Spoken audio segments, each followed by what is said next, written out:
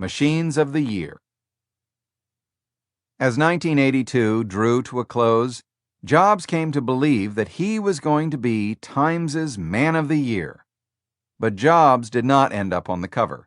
Instead, the magazine chose the computer as the topic for the year-end issue and called it the Machine of the Year. Accompanying the main story was a profile of Jobs. To Jobs' dismay, the magazine made public the existence of the daughter he had forsaken, Lisa Brennan. When the Time reporter asked me if Steve had a daughter named Lisa, I said, of course. Kotke recalled. Friends don't let friends deny that they're the father of a child. I'm not going to let my friend be a jerk and deny paternity. He was really angry and felt violated and told me in front of everyone that I had betrayed him. But what truly devastated Jobs was that he was not, after all, chosen as the Man of the Year. As he later told me, they FedExed me the magazine, and I remember opening the package, thoroughly expecting to see my mug on the cover, and it was this computer sculpture thing. I thought, huh? And then I read the article, and it was so awful that I actually cried. Jobs was never slated to be Man of the Year, despite what he thought. That year, the top editors, I was then a junior editor there, decided early on to go with the computer rather than a person, and they commissioned months in advance a piece of art from the famous sculptor George Siegel to be a gatefold cover image. Apple launched the Lisa in January 1983, a full year before the Mac was ready. Even though he was not part of the Lisa team, Jobs went to New York to do publicity for it in his role as Apple's chairman and poster boy. The publicity plan called for Jobs to focus on the Lisa and not mention the Macintosh, because speculation about it could undermine the Lisa. But Jobs couldn't help himself. Business Week quoted him as saying, "When it comes out, Mac is going to be the most incredible computer in the world." It was like launching the Lisa with the kiss of death. Within months of Lisa's launch, it became clear that Apple had to pin its hopes on the Macintosh instead. Let's be pirates. For all of his obnoxious behavior, Jobs also had the ability to instill in his team an esprit de corps. Every 6 months, he would take most of his team on a 2-day retreat at a nearby resort. The retreat in September 1982 was at the Pajaro Dunes near Monterey. 50 or so members of the Mac division sat in the lodge facing a fireplace. Jobs sat on top of a table in front of them. He spoke quietly for a while, then walked to an easel and began posting his thoughts. The first was "Don't compromise." After mentioning a scheduled completion date, he told them it would be better to miss than to turn out the wrong thing. He displayed another maxim: it's not done until it ships. Another chart contained a Cohen-like phrase that he later told me was his favorite maxim: the journey is the reward. The Mac team, he liked to emphasize, was a special corps with an exalted mission. Someday they would all look back on their journey together and, forgetting or laughing off the painful moments, would regard it as a magical high point in their lives. They were building a company that would invent the future. The next retreat was at the end of January 1983, the same month the Lisa launched, and there was a shift in tone. This time, one of the maxims was, "Real artists ship." Another of Jobs's maxims at the retreat was, "It's better to be a pirate than to join the Navy." To celebrate Jobs's birthday a few weeks later, the team paid for a billboard on the road to Apple headquarters. It read, "Happy 28th, Steve. The journey is the reward. The Pirates." Enter Scully. The Pepsi Challenge. Mike Markkula had never wanted to be Apple's president, and he promised his wife the gig would be temporary. By the end of 1982, after almost 2 years, she gave him an order: find a replacement right away. Jobs knew that he was not ready to run the company himself, even though there was a part of him that wanted to try. Jobs and Markkula decided not to focus on technology executives. What they needed was a consumer marketer who knew advertising and had the corporate polish that would play well on Wall Street. The hottest consumer marketing wizard of the moment, John Sculley, president of the Pepsi-Cola division of PepsiCo, whose Pepsi Challenge campaign had been an advertising and publicity triumph. Sculley's background was very different from Jobs's. His mother was an Upper East Side Manhattan matron who wore white gloves when she went out, and his father was a proper Wall Street lawyer. When he arrived at Apple headquarters, Sculley was startled by the unassuming offices and casual atmosphere. Most people were less formally dressed than PepsiCo's maintenance staff, he noted. Over lunch, Jobs picked quietly at his salad, but when Sculley declared that most executives found computers more trouble than they were worth, Jobs clicked into evangelical mode. "We want to change the way people use computers," he said. On the flight home, Sculley outlined his thoughts. Among his recommendations, invest in in-store merchandising that romances the consumer with Apple's potential to enrich their life. He was still reluctant to leave Pepsi, but Jobs intrigued him. "I was taken by this young, impetuous genius and thought it would be fun to get to know him a little better," he recalled. And so the courtship continued, with Sculley playing hard but not impossible to get. Matters came to a head when Jobs visited New York in March 1983 and was able to convert the courtship into a blind and blinding romance. "I really think you're the guy," Jobs said as they walked through Central Park. "I want you to come and work with me. I can learn so much from you." Jobs, who had cultivated father figures in the past, knew just how to play to Sculley's ego and insecurities. It worked. "I was smitten by him," Sculley later admitted. "Steve was one of the brightest people I had ever met. I saw in him a mirror image of my younger self. I too was impatient, stubborn, arrogant, impetuous. My mind exploded with ideas, often to the exclusion of everything else. I too was intolerant of those who couldn't live up to my demands." Sculley uttered one last demurral, a token suggestion that maybe they should just be friends, and he could offer Jobs advice from the sidelines. "Anytime you're in New York, I'd love to spend time with you." Steve's head dropped as he stared at his feet.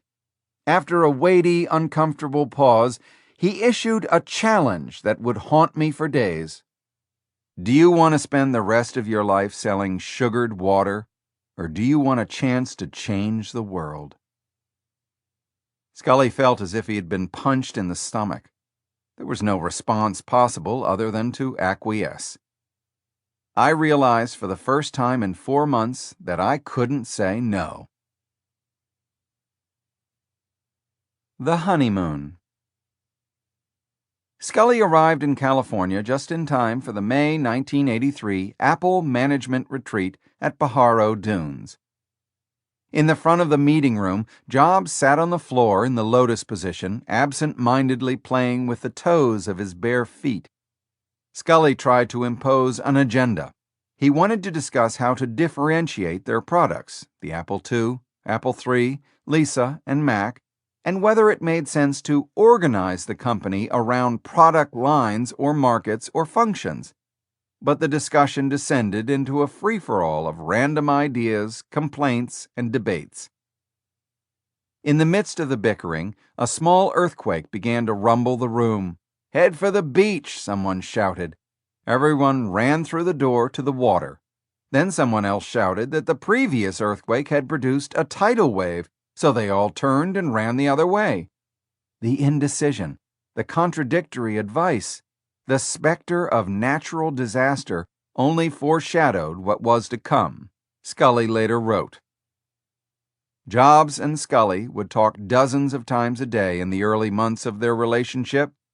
Steve and I became soulmates, near constant companions, Scully said.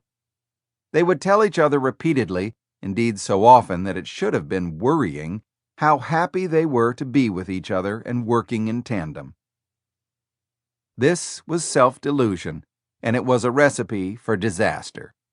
Jobs began to sense it early on. We had different ways of looking at the world, different views on people, different values, Jobs recalled. I began to realize this a few months after he arrived. He didn't learn things very quickly, and the people he wanted to promote were usually bozos. Their first substantive disagreement was over how to price the Macintosh. It had been conceived as a $1,000 machine, but Jobs' design changes had pushed up the cost so that the plan was to sell it at $1,995. However, when Jobs and Scully began making plans for a huge launch and marketing push, Scully decided that they needed to charge $500 more. To him, the marketing costs were like any other production cost and needed to be factored into the price. Even 25 years later, Jobs seethed when recalling the decision. It's the main reason the Macintosh sales slowed and Microsoft got to dominate the market. The decision made him feel that he was losing control of his product and company, and that was as dangerous as making a tiger feel cornered. The launch. A dent in the universe. The high point of the October 1983 Apple Sales Conference in Hawaii was a skit based on a TV show called The Dating Game.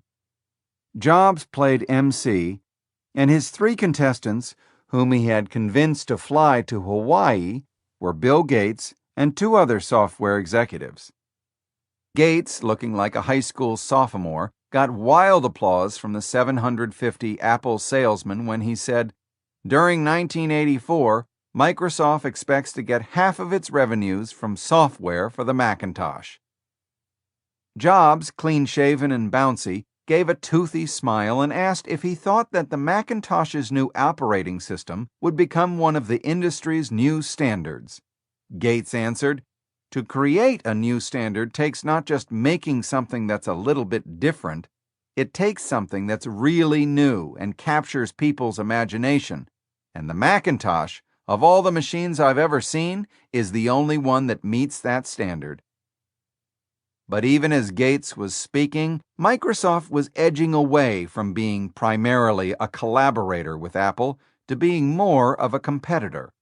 It would continue to make application software, like Microsoft Word for Apple, but a rapidly increasing share of its revenue would come from the operating system it had written for the IBM personal computer. Just when the Apple's sales force was arriving in Hawaii, this shift was hammered home on the cover of Business Week. Its headline, "Personal Computers, and the winner is IBM." That put all the more pressure on the Macintosh, due out in January 1984, 3 months away, to save the day against IBM. At the sales conference, Jobs decided to play the showdown to the hilt. Will Big Blue dominate the entire computer industry? The entire information age? Was George Orwell right about 1984? At that moment, a screen came down from the ceiling and showed a preview of an upcoming 60-second television ad for the Macintosh. In a few months, it was destined to make advertising history, but in the meantime, it served its purpose of rallying Apple's demoralized sales force. The 1984 ad. In the spring of 1983, when Jobs had begun to plan for the Macintosh launch, he asked for a commercial that was as revolutionary and astonishing as the product they had created. The task fell to the Chiat Day Advertising Agency, which had acquired the Apple account when it bought the advertising side of Regis McKenna's business. The person put in charge was a lanky beach bum with a bushy beard, wild hair, goofy grin, and twinkling eyes named Lee Clow.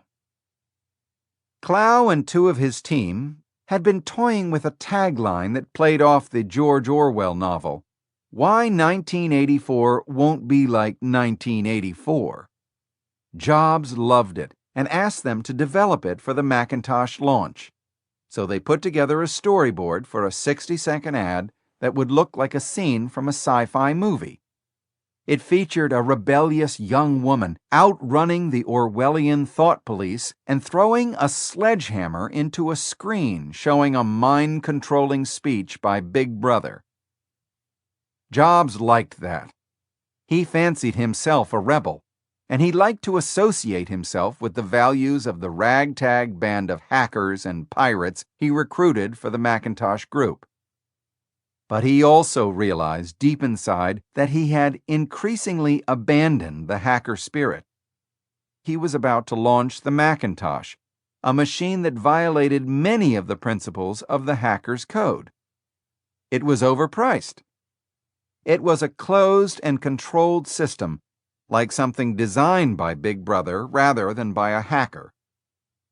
So the 1984 ad was a way of reaffirming to himself and to the world his desired self-image.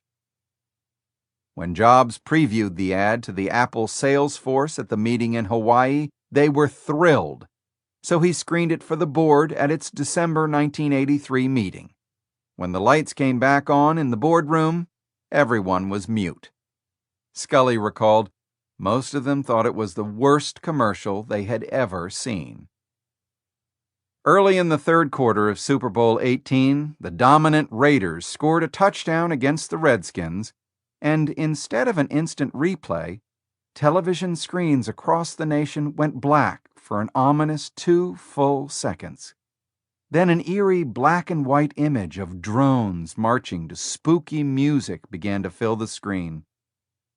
More than 96 million people watched an ad that was unlike any they'd seen before.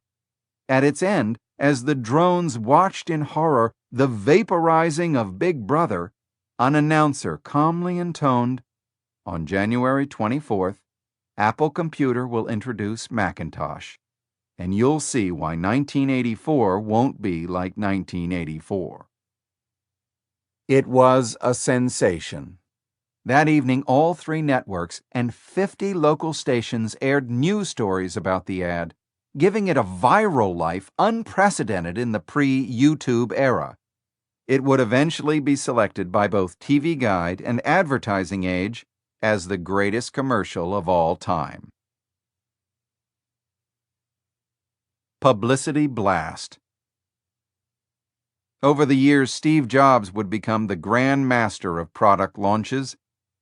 The launch event for the Macintosh was scheduled for the Apple annual stockholders meeting on January 24th at the Flint Auditorium of De Anza Community College. The 2,600-seat auditorium was mobbed. As chairman of the company, Jobs went on stage first to start the shareholders' meeting. He did so with his own form of an invocation. "I'd like to open the meeting," he said, "with a 20-year-old poem by Dylan." That's Bob Dylan. He broke into a little smile, then looked down to read from the second verse of "The Times They Are A-Changin'." Scully came on stage to report on the company's earnings, and the audience started to become restless as he droned on. Finally, he ended with a personal note. "The most important thing that has happened to me in the last 9 months at Apple has been a chance to develop a friendship with Steve Jobs," he said. The lights dimmed as Jobs reappeared on stage and launched into a dramatic version of the battle cry he had delivered at the Hawaii sales conference. As he built to the climax, the audience went from murmuring to applauding to a frenzy of cheering and chanting.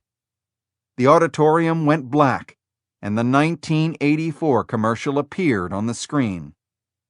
With a flair for the dramatic, Jobs walked across the dark stage to a small table with a cloth bag on it.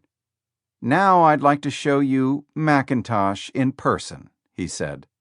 He took out the computer, keyboard, and mouse, hooked them together deftly, then pulled one of the new 3.5-inch floppies from his shirt pocket. The theme from Chariots of Fire began to play.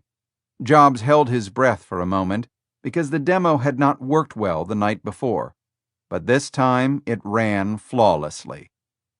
The word Macintosh scrolled horizontally on screen, then underneath it the words "Insanely Great" appeared in script, as if being slowly written by hand. Not used to such beautiful graphic displays, the audience quieted for a moment. "We've done a lot of talking about Macintosh recently," he said, "but today, for the first time ever, I'd like to let Macintosh speak for itself." With that, he strolled back over to the computer, pressed the button on the mouse, and in a vibrato but endearing electronic deep voice, Macintosh became the first computer to introduce itself. "Hello, I'm Macintosh. It sure is great to get out of that bag," it began. "Unaccustomed as I am to public speaking, I'd like to share with you a maxim I thought of the first time I met an IBM mainframe. Never trust a computer you can't lift." Pandemonium erupted, with people in the crowd jumping up and down and pumping their fists in a frenzy. Jobs nodded slowly, a tight-lipped but broad smile on his face, then looked down and started to choke up. The ovation continued for 5 minutes. Gates and Jobs. When Orbits Intersect. In astronomy, a binary system occurs when the orbits of two stars are linked because of their gravitational interaction. For the first 30 years of the personal computer age, beginning in the late 1970s, the defining binary star system was composed of two high-energy college dropouts, both born in 1955. Bill Gates and Steve Jobs, despite their similar ambitions at the confluence of technology and business, had very different personalities and backgrounds. Gates's father was a prominent Seattle lawyer, his mother a civic leader on a variety of prestigious boards. Gates went to Harvard, but when he decided to drop out, it was not to find enlightenment with an Indian guru, but to start a computer software company. Each one thought he was smarter than the other one, but Steve generally treated Bill as someone who was slightly inferior, especially in matters of taste and style, said Andy Hertzfeld. Bill looked down on Steve because he couldn't actually program. Their differences in personality and character would lead them to opposite sides of what would become the fundamental divide in the digital age. Jobs was a perfectionist who craved control and indulged in the uncompromising temperament of an artist. He and Apple became the exemplars of a digital strategy that tightly integrated hardware, software, and content into a seamless package. Gates was a smart, calculating, and pragmatic analyst of business and technology. He was open to licensing Microsoft's operating system and software to a variety of manufacturers. After 30 years, Gates would develop a grudging respect for Jobs. He really never knew much about technology, but he had an amazing instinct for what works, he said. But Jobs never reciprocated by fully appreciating Gates's real strengths. Bill is basically unimaginative and has never invented anything, which is why I think he's more comfortable now in philanthropy than technology, Jobs said unfairly. He just shamelessly ripped off other people's ideas. When the Macintosh was first being developed, Jobs went up to visit Gates at his office near Seattle. Microsoft had written some applications for the Apple II, including a spreadsheet program called Multiplan, And Jobs wanted to excite Gates and Company about doing even more for the forthcoming Macintosh. At the time, Jobs was a king and Gates still a courtier. In 1982, Apple's annual sales were $1 billion, while Microsoft's were a mere $32 million. Gates signed on to do graphical versions of a new spreadsheet called Excel, a word processing program called Word, and BASIC, a programming language for the Macintosh. For the time being, Gates and Jobs forged a bond. Gates enjoyed his frequent visits to Cupertino, where he got to watch Jobs interact erratically with his employees and display his obsessions. We'd go down Friday night, have dinner, and Steve would just be promoting that everything is great. Then the second day, without fail, he'd be kind of, "Oh shit, is this thing going to sell? Oh God, I have to raise the price. I'm sorry I did that to you, and my team is a bunch of idiots." After a while, the relationship became bumpier. At that time, Microsoft was producing an operating system known as DOS, which it licensed to IBM and compatible computers. As Jobs and his team began to work closely with Microsoft, they grew worried that it would copy Macintosh's graphical user interface. They were right to worry. Gates believed that graphical interfaces were the future, and that Microsoft had just as much right as Apple did to copy what had been developed at Xerox PARC. In their original deal, Jobs had convinced Gates to agree that Microsoft would not create graphical software for anyone other than Apple until a year after the Macintosh shipped in January 1983. Unfortunately for Apple, it did not provide for the possibility that the Macintosh launch would be delayed for a year. So Gates was within his rights when, in November 1983, he revealed that Microsoft planned to develop a new operating system for IBM PCs featuring a graphical interface with windows, icons, and a mouse for point-and-click navigation. It would be called Windows. Jobs was furious. "He called me down to get pissed off at me," Gates recalled. "I went down to Cupertino like a command performance. I told him, 'We're doing Windows.'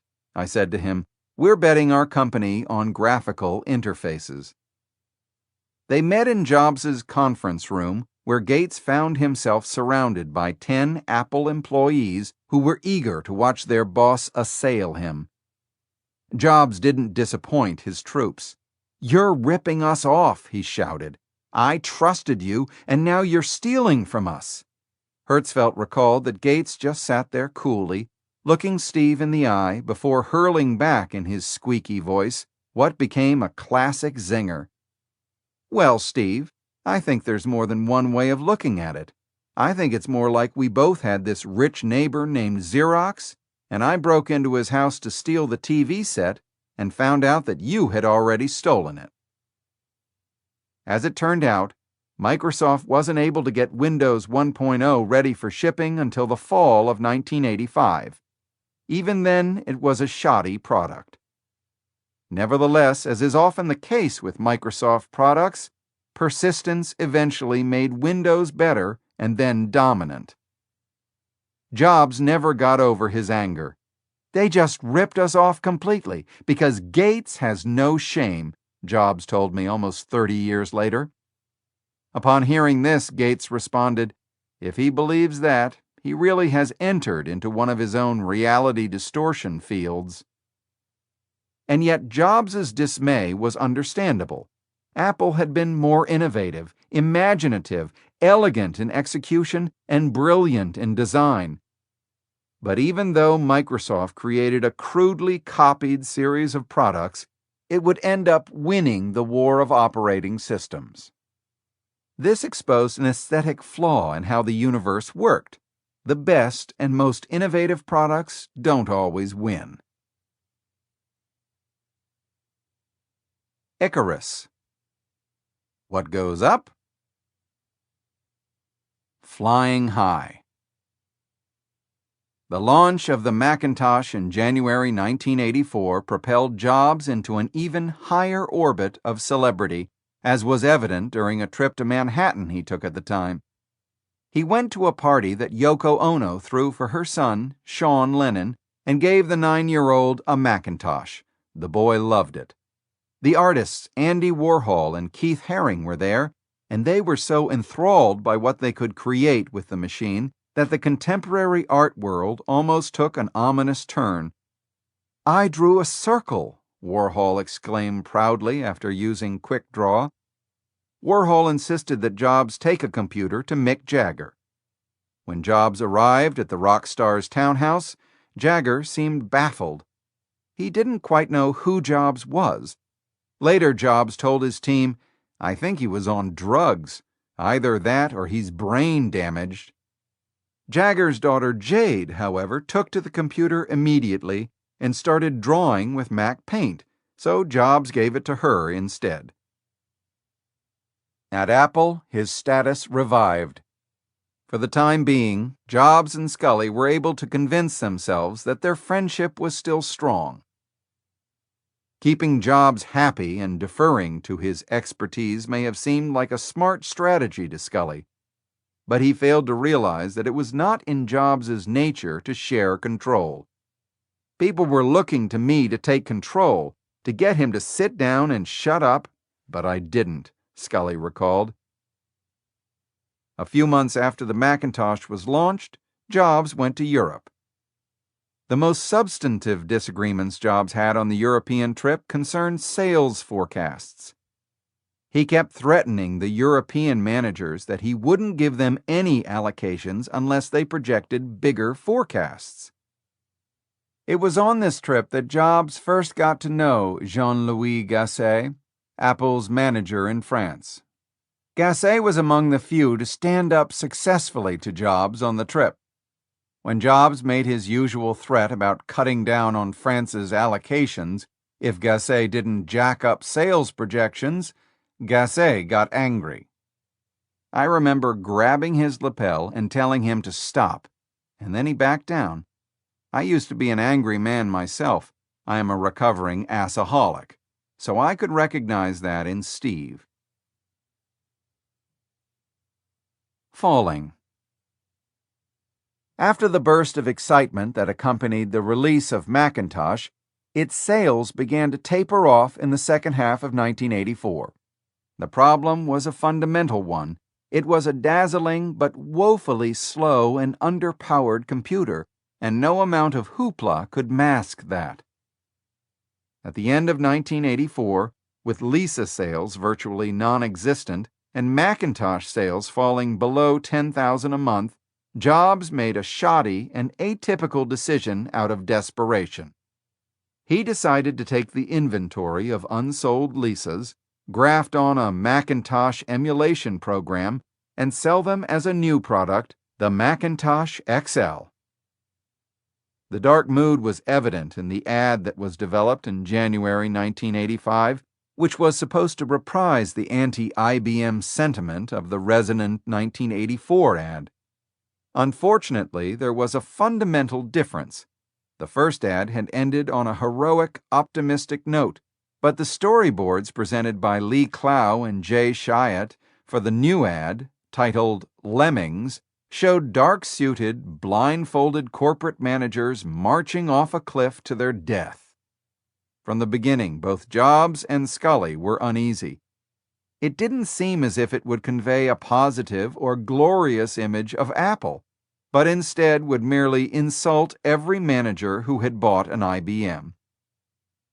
Nevertheless, Jobs and Scully ran the commercial during the Super Bowl. Across the country, most of the response was negative. Jobs' discomfort with both the ad and the situation at Apple in general was on display when he traveled to New York in January to do another round of one-on-one press interviews. Andy Cunningham from Regis McKenna's firm was in charge of hand-holding and logistics at the Carlyle. When Jobs arrived, he told her that his suite needed to be completely redone, even though it was 10 p.m. and the meetings were to begin the next day.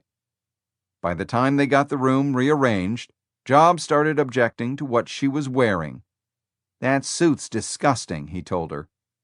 Cunningham knew that at times he just simmered with undirected anger, so she tried to calm him down. "Look, I know you're angry, and I know how you feel," she said. "You have no fucking idea how I feel," he shot back. "No fucking idea what it's like to be me." 30 years old. Turning 30 is a milestone for most people, especially those of the generation that proclaimed it would never trust anyone over that age.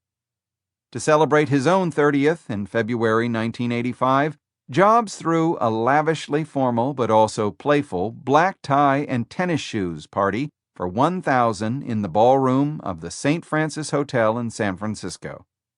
The invitation read, "There's an old Hindu saying that goes, 'In the first 30 years of your life, you make your habits. For the last 30 years of your life, your habits make you. Come help me celebrate mine.'" One table featured software moguls, including Bill Gates. Another had old friends such as Elizabeth Holmes, who brought as her date a woman dressed in a tuxedo.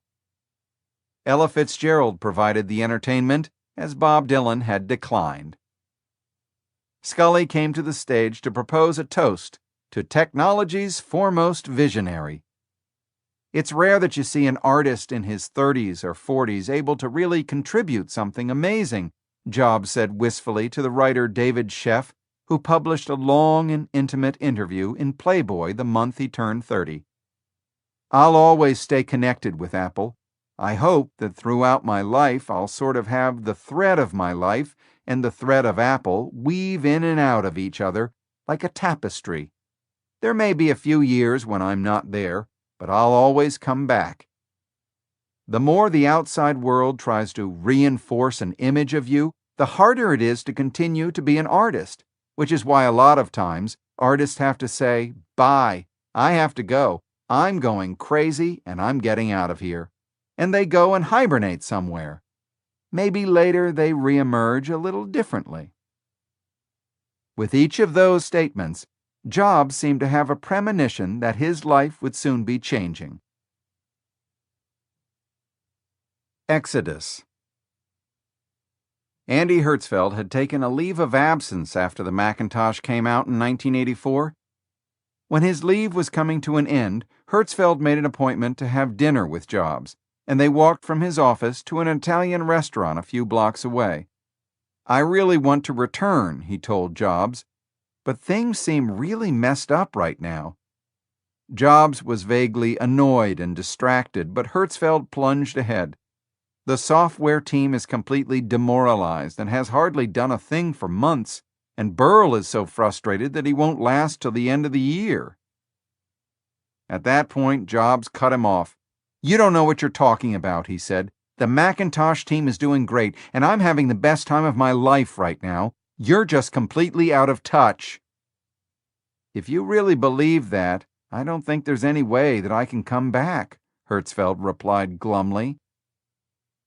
By early 1985, Burl Smith was also ready to leave. He was quickly followed by another of the great Macintosh engineers, Bruce Horn. When Horn went in to say goodbye, Jobs told him, "Everything that's wrong with the Mac is your fault."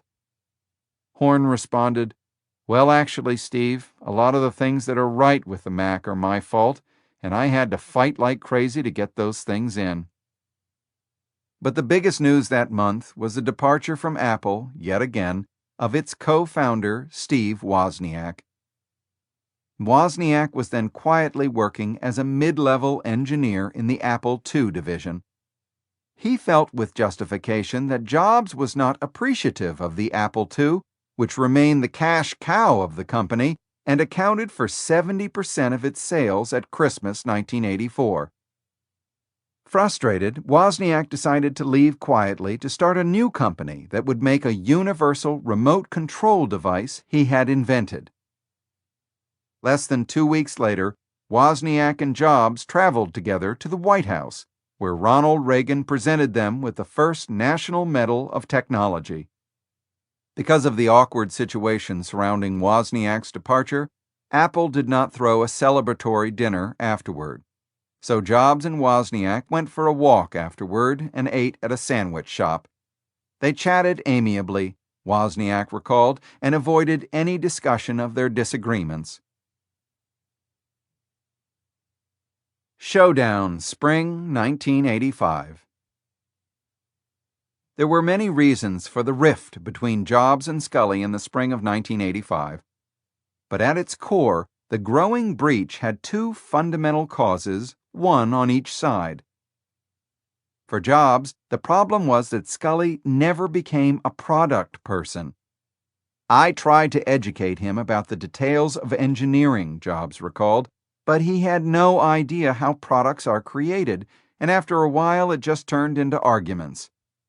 He came to see Scully as clueless, and his contempt was exacerbated by Scully's hunger for his affection and delusions that they were very similar.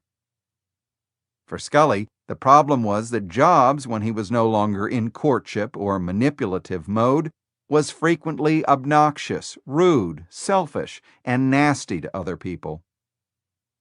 The board became increasingly alarmed at the turmoil, and in early 1985, Arthur Rock and some other disgruntled directors delivered a stern lecture to both.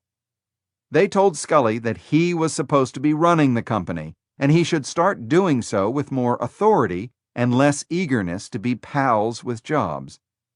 They told Jobs that he was supposed to be fixing the mess at the Macintosh division and not telling other divisions how to do their job. At the end of March, Scully finally worked up the nerve to tell Jobs that he should give up running the Macintosh division.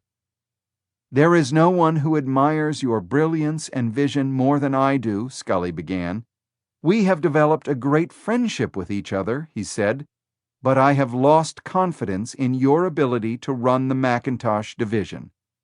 He also berated Jobs for bad-mouthing him as a bozo behind his back. Jobs looked stunned and countered with an odd challenge that Scully should help and coach him more. "You've got to spend more time with me." Then he lashed back.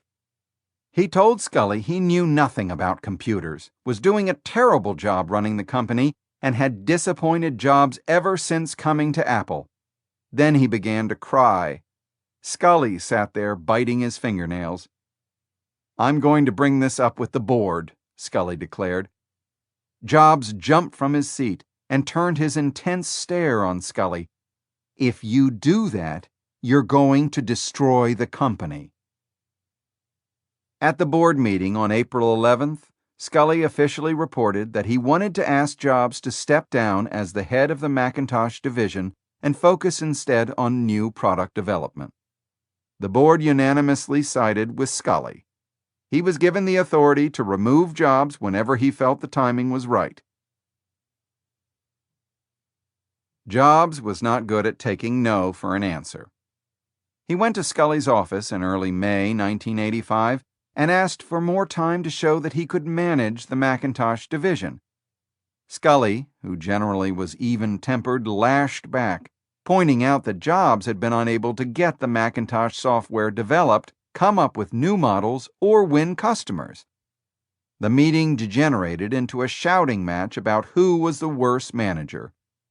After Jobs stalked out, Scully turned away from the glass wall of his office, where others had been looking in on the meeting, and wept. Months earlier, Apple had gotten the right to export computers to China, and Jobs had been invited to sign a deal in the Great Hall of the People over the 1985 Memorial Day weekend. He had told Scully, who decided he wanted to go himself, which was just fine with Jobs. Jobs decided to use Scully's absence to execute his coup. 7 days in May. Thursday, May 23rd. At his regular Thursday meeting with his top lieutenants in the Macintosh division, Jobs told his inner circle about his plan to oust Scully. He even revealed his plans to Jean-Louis Gasset on a walk around the parking lot despite the fact that Gasset had come from Paris to take his job. I made the mistake of telling Gasset, Jobs wryly conceded years later.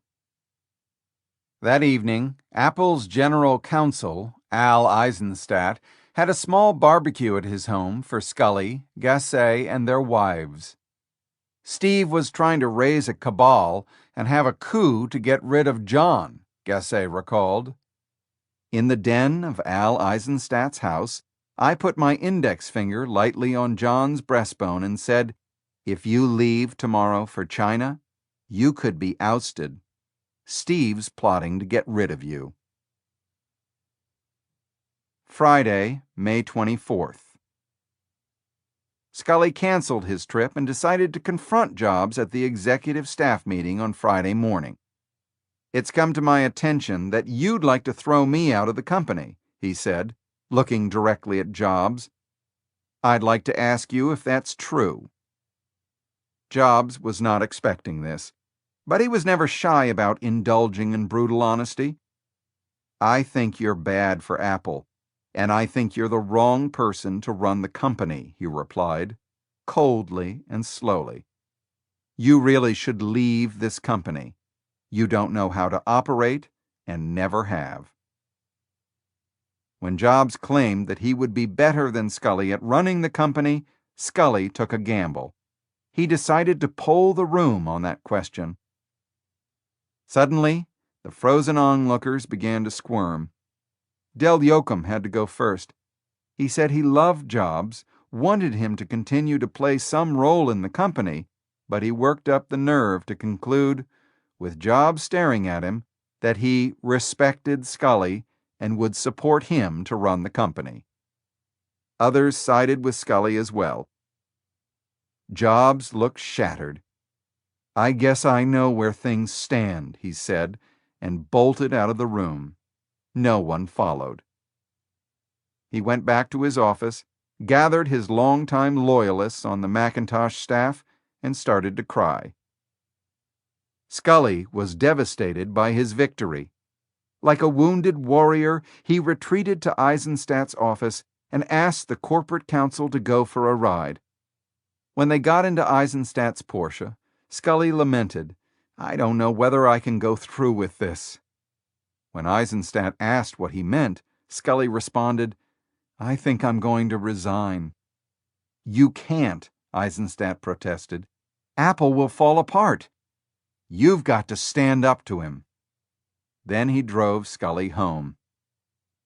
Scully's wife was surprised to see him back in the middle of the day. "I've failed," he said to her forlornly. She was a volatile woman who had never liked Jobs or appreciated her husband's infatuation with him. So when she heard what had happened, she jumped into her car and sped over to Jobs's office. Informed that he had gone to the Good Earth restaurant, she marched over there and confronted him in the parking lot as he was coming out with loyalists on his Macintosh team. "Steve, can I talk to you?" she said. His jaw dropped. "Do you have any idea what a privilege it has been even to know someone as fine as John Scully?" she demanded. He averted his gaze.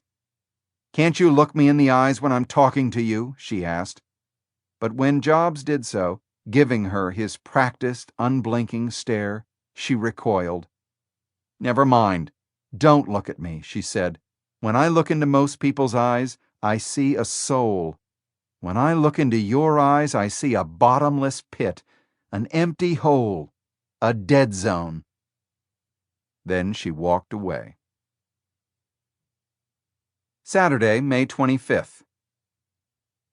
Apple's marketing director, Mike Murray, drove to Jobs' house in Woodside to offer some advice. He should consider accepting the role of being a new product visionary, starting Apple Labs, and getting away from headquarters. Jobs seemed willing to consider it. So he picked up the telephone and surprised Scully with an olive branch. Could they meet the following afternoon, Jobs asked, and take a walk together in the hills above Stanford University? If Jobs was prepping for conciliation, it didn't show in the choice of movie he wanted to see with Murray that night. He picked Patton, the epic of the never-surrender general, but he had lent his copy of the tape to his father, who had once ferried troops for the general, so he drove to his childhood home with Murray to retrieve it. His parents weren't there, and he didn't have a key.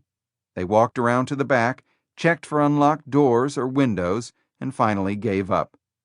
The video store didn't have a copy of Patton in stock, so in the end, he had to settle for watching the 1983 film adaptation of Harold Pinter's Betrayal. Sunday, May 26th. As planned, Jobs and Scully met in back of the Stanford campus on Sunday afternoon and walked for several hours amid the rolling hills and horse pastures. Scully urged him to take the role of being a product visionary with a lab of his own, but Jobs rejected this as making him into a mere figurehead. Defying all connection to reality, he countered with the proposal that Scully give up control of the entire company to him. "Steve, that doesn't make any sense," Scully replied. "One person has got to run the company. I've got the support, and you don't." On his way home, Jobs stopped at Mike Markkula's house. He wasn't there, so Jobs left a message asking him to come to dinner the following evening. He would also invite the core of loyalists from his Macintosh team. He hoped that they could persuade Markkula of the folly of siding with Scully. Monday, May 27th. Memorial Day was sunny and warm. The Macintosh team loyalists got to Jobs' Woodside home an hour before the scheduled dinner so they could plot strategy. When Markkula showed up, he agreed to listen with one proviso. Jobs had to keep quiet. "I seriously wanted to hear the thoughts of the Macintosh team, not watch Jobs enlist them in a rebellion," he recalled. When they were finished, Markkula bluntly declined to back Jobs. "I said I wouldn't support his plan, and that was the end of that," Markkula recalled. Scully was the boss. They were mad and emotional and putting together a revolt, but that's not how you do things. Tuesday, May 28th. His ire stoked by hearing from Markkula that Jobs had spent the previous evening trying to subvert him, Scully walked over to Jobs' office on Tuesday morning. He told Jobs that he could stay on with the title of board chairman and be a product visionary with no operational duties. But by this point, even the idea of starting a skunk works such as Apple Labs was no longer on the table. It finally sank in. Jobs realized there was no appeal, no way to warp the reality. Wednesday, May 29th. Jobs finally got hold of a tape of Patton, which he watched Wednesday evening, but Murray prevented him from getting stoked up for another battle. Instead, he urged Jobs to come in on Friday for Scully's announcement of the reorganization plan. Jobs slipped quietly into the back row of the auditorium to listen to Scully explain to the troops the new order of battle. As Scully went over the organizational chart, he introduced Gasset as the new head of a combined Macintosh and Apple II product group. Jobs would play the part of global visionary. Jobs stayed home for the next few days, blinds drawn, his answering machine on, seeing only his girlfriend, Tina Redsea. Jobs' overwrought reaction was understandable. Scully had once been a father figure to him. So had Mike Markkula. So had Arthur Rock. That week, all three had abandoned him. It gets back to the deep feeling of being rejected at an early age, his friend and lawyer George Riley later said. It's a deep part of his own mythology, and it defines to himself who he is. Jobs recalled years later, "I felt like I'd been punched. The air knocked out of me, and I couldn't breathe." Making matters worse was that his beloved company was now in the hands of a man he considered a bozo. Next. Prometheus Unbound. In August 1985, while he was casting about for what to do next, Jobs called the Stanford biochemist Paul Berg to discuss the advances that were being made in gene splicing and recombinant DNA. Berg described how difficult it was to do experiments in a biology lab where it could take weeks to nurture an experiment and get a result. "Why don't you simulate them on a computer?" Jobs asked. Berg replied that computers with such capacities were too expensive for university labs. Suddenly, he was excited about the possibilities, Berg recalled. At the September 13th Apple board meeting, Jobs described his plans to start a new company and create a computer for the higher education market. The new company would not be competitive with Apple, he promised, and he would take with him only a handful of non-key personnel. The board initially seemed disposed to wish Jobs well in his venture. So Jobs wrote a formal letter telling Scully the names of the 5 who would be leaving, signed it in his spidery lowercase signature, and drove to Apple the next morning to hand it to him before his 7:30 staff meeting. "Steve, these are not low-level people," Scully said. "Well, these people were going to resign anyway," Jobs replied. "They are going to be handing in their resignations by 9 this morning." After hearing the fury of his senior staff, Scully surveyed the members of the board. They likewise felt that Jobs had misled them with his pledge that he would not raid important employees. Over the weekend, both the board and the executive staff convinced Scully that Apple would have to declare war on its co-founder. After a few days of failed efforts to reach a settlement with Jobs, Scully and the Apple board decided to sue him for breaches of fiduciary obligations. To be on your own. "The best thing ever to happen to Steve is when we fired him, told him to get lost," Arthur Rock later said. The theory shared by many is that the tough love made him wiser and more mature. But it's not that simple. At the company he founded after being ousted from Apple, Jobs was able to indulge all of his instincts, both good and bad. He was unbound. The result was a series of spectacular products that were dazzling market flops. This was the true learning experience. What prepared him for the great success he would have in Act 3 was not his ouster from his Act 1 at Apple, but his brilliant failures in Act 2. The first instinct that he indulged was his passion for design. The name he chose for his new company was rather straightforward: Next. In return for Apple dropping its suit, Next agreed to a variety of restrictions. Its product would be marketed as a high-end workstation, it would be sold directly to colleges and universities, and it would not ship before March 1987. Jobs decreed that the computer should be an absolutely perfect cube, with each side exactly a foot long and every angle precisely 90 degrees. But the Next cube was a Jobsian example of design desires trumping engineering considerations. The circuit boards, which fit nicely into the traditional pizza box shape, had to be reconfigured and stacked in order to nestle into a cube. Even worse, the perfection of the cube made it hard to manufacture. Jobs had always indulged his obsession that the unseen parts of a product should be crafted as beautifully as its facade. This, too, he took to extremes when he found himself unfettered at Next. He insisted that the matte black finish be coated onto the inside of the cube's case, even though only repairmen would see it. Perhaps the greatest similarity to his days at Apple was that Jobs brought with him his reality distortion field. It was on display at the company's first retreat at Pebble Beach in late 1985. There, Jobs pronounced that the first Next computer would be shipped in just 18 months. It was already clear that this date was impossible. What he did not say, even though it was suspected by all, was that if their targets slipped, They might run out of money. Perot to the rescue. In late 1986, Jobs sent out a proposal to venture capital firms offering a 10% stake in Next for $3 million.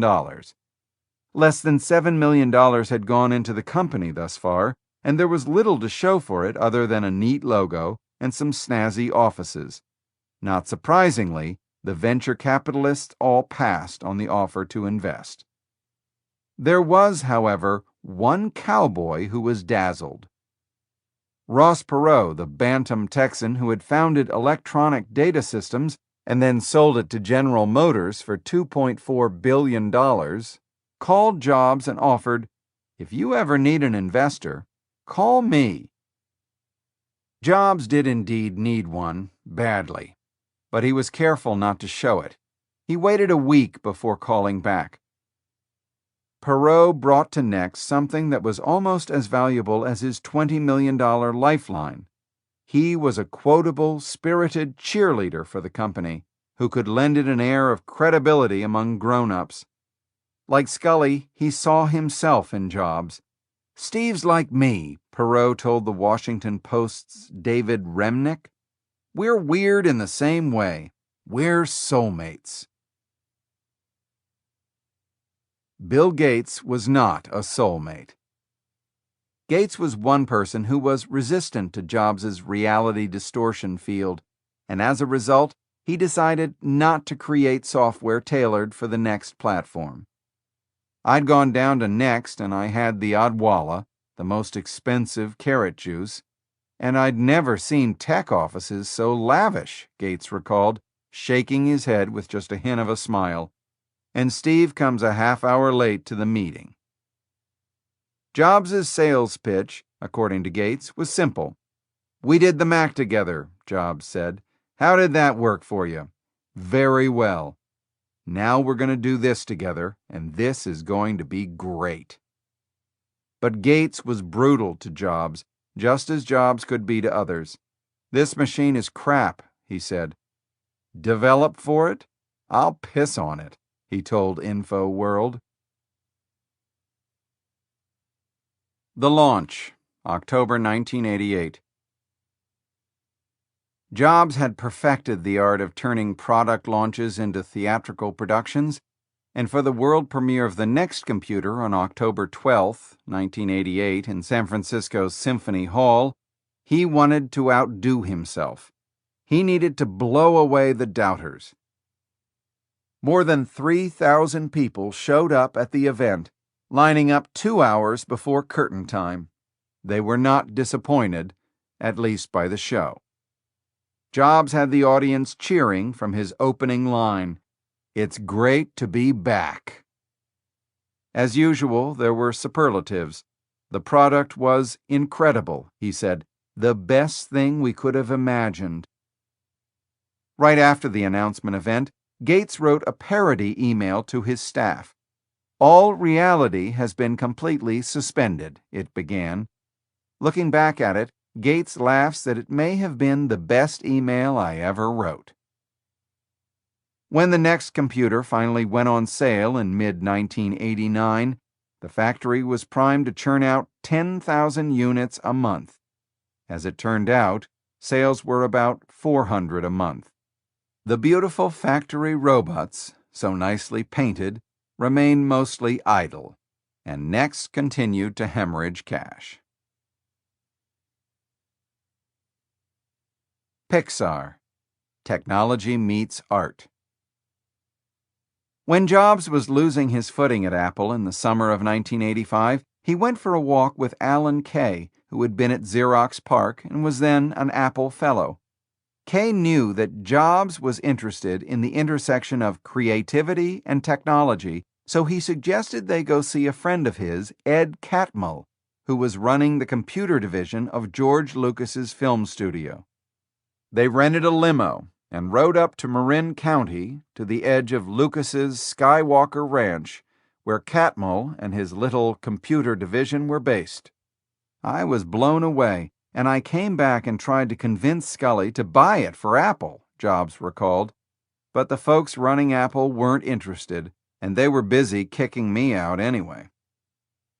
The Lucasfilm Computer Division made hardware and software for rendering digital images, and it also had a group of computer animators making shorts, which was led by a talented cartoon-loving executive named John Lasseter. Lucas, who had completed his first Star Wars trilogy, was embroiled in a contentious divorce, and he needed to sell off the division. After a few potential purchasers balked in the fall of 1985, Catmull and his colleague Alvy Ray Smith decided to seek investors so that they could buy the division themselves. So they called Jobs, arranged another meeting, and drove down to his Woodside house. After railing for a while about the perfidies and idiocies of Scully, Jobs proposed that he buy their Lucasfilm division outright. The division's most important piece of hardware was called the Pixar Image Computer, and from it the new company took its name. Nevertheless, by dint of his personality and controlling instincts, Jobs was soon playing a stronger role. He spewed out a stream of ideas, some reasonable, others wacky, about what Pixar's hardware and software could become.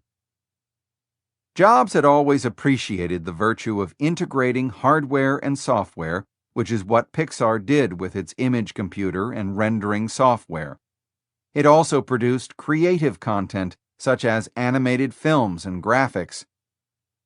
Initially, the revenue was supposed to come from the hardware side. The Pixar image computer sold for $125,000.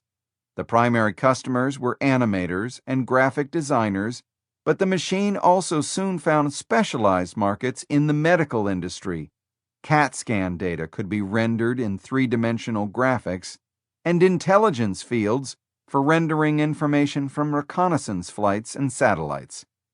Because of the sales to the National Security Agency, Jobs had to get a security clearance, which must have been fun for the FBI agent assigned to vet him. At one point, a Pixar executive recalled, Jobs was called by the investigator to go over the drug use questions, which he answered unabashedly. "The last time I used that," he would say, or on occasion he would answer that no, he had actually never tried that particular drug. Jobs pushed Pixar to build a lower-cost version of the computer that would sell for around $30,000. But the machine never took hold with regular consumers. It cost too much, and there were not many software programs for it. After Jobs became chairman, the company created a new language and interface named RenderMan that it hoped would become a standard for 3D graphics rendering, just as Adobe's PostScript was for laser printing. As it turned out, average consumers were not craving expensive software that would let them render realistic images. There was, however, one company that was eager to automate the rendering of animators' drawings into color images for film. When Roy Disney led a board revolution at the company that his uncle Walt had founded, the new CEO, Michael Eisner, asked what role he wanted. Disney said that he would like to revive the company's venerable but fading animation department. One of his first initiatives was to look at ways to computerize the process, and Pixar won the contract. It created a package of customized hardware and software known as CAPS, Computer Animation Production System. It was first used in 1988 for the final scene of The Little Mermaid, in which King Triton waves goodbye to Ariel. Disney bought dozens of Pixar image computers as CAPS became an integral part of its production. The digital animation business at Pixar, the group that made little animated films, was originally just a sideline, its main purpose being to show off the hardware and software of the company. It was run by John Lasseter, a man whose childlike face and demeanor masked an artistic perfectionism that rivaled that of Jobs. Even as Pixar's hardware and software product lines foundered, Jobs kept protecting the animation group. It had become for him a little island of magical artistry that gave him deep emotional pleasure, and he was willing to nurture it and bet on it. In the spring of 1988, cash was running so short that he convened a meeting to decree deep spending cuts across the board. When it was over, Lasseter and his animation group were almost too afraid to ask Jobs about authorizing some extra money for another short. The story was about Lasseter's love, classic toys. It was told from the perspective of a toy one-man band named Tinny, who meets a baby that charms and terrorizes him. Jobs said he would provide the money. I believed in what John was doing, he later said.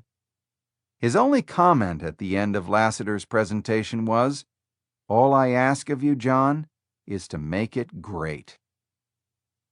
Tin Toy went on to win the 1988 Academy Award for Animated Short Films, the first computer-generated film to do so. By this point, Jobs had poured close to $50 million of his own money into Pixar, more than half of what he had pocketed when he cashed out of Apple, and he was still losing money at Next. Looking back, Jobs said that had he known more, he would have focused on animation sooner and not worried about pushing the company's hardware or software applications. On the other hand, had he known the hardware and software would never be profitable, he would not have taken over Pixar. Life kinda snookered me into doing that, and perhaps it was for the better.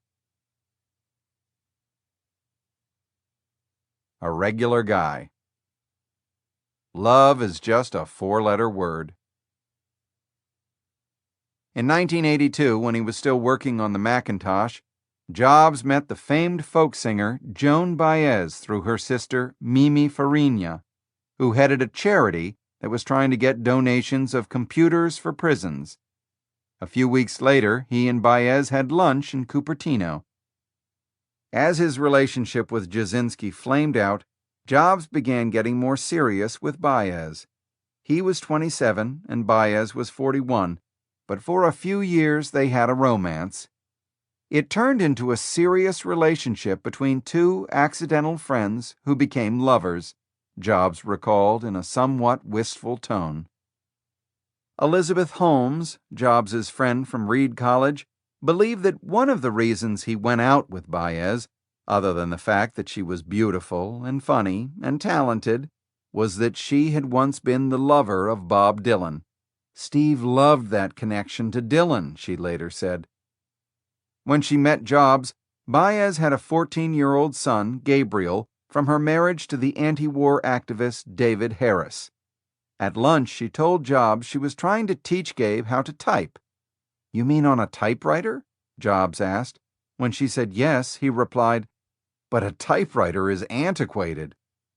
"If a typewriter is antiquated, what does that make me?" she asked. There was an awkward pause. As Baez later told me, "As soon as I said it, I realized the answer was so obvious. The question just hung in the air. I was just horrified."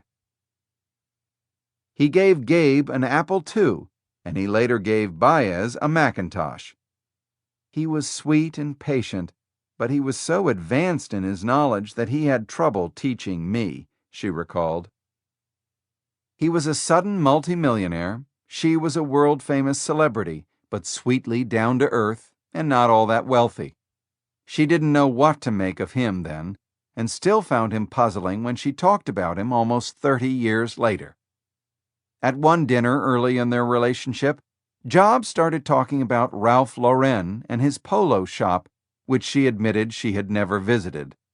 "There's a beautiful red dress there that would be perfect for you," he said, and then drove her to the store in the Stanford Mall. Baez recalled, "I said to myself, far out, terrific. I'm with one of the world's richest men, and he wants me to have this beautiful dress." When they got to the store, Jobs bought a handful of shirts for himself and showed her the red dress. "You ought to buy it," he said. She was a little surprised and told him she couldn't really afford it. He said nothing, and they left. Wouldn't you think if someone had talked like that the whole evening that they were going to get it for you? She asked me, seeming genuinely puzzled about the incident. The mystery of the red dress is in your hands. I felt a bit strange about it. He would give her computers, but not a dress. And when he brought her flowers, he made sure to say they were left over from an event in the office. He was both romantic and afraid to be romantic, she said. When he was working on the next computer, he went to Baez's house in Woodside to show her how well it could produce music. He had it play a Brahms quartet, and he told me eventually computers would sound better than humans playing it, even get the innuendo and the cadences better, Baez recalled. She was revolted by the idea. He was working himself up into a fervor of delight, while I was shrinking into a rage and thinking, how could you defile music like that? And so, after about 3 years, they ended their romance and drifted into becoming just friends. I thought I was in love with her, but I really just liked her a lot, he later said. We weren't destined to be together. I wanted kids, and she didn't want any more.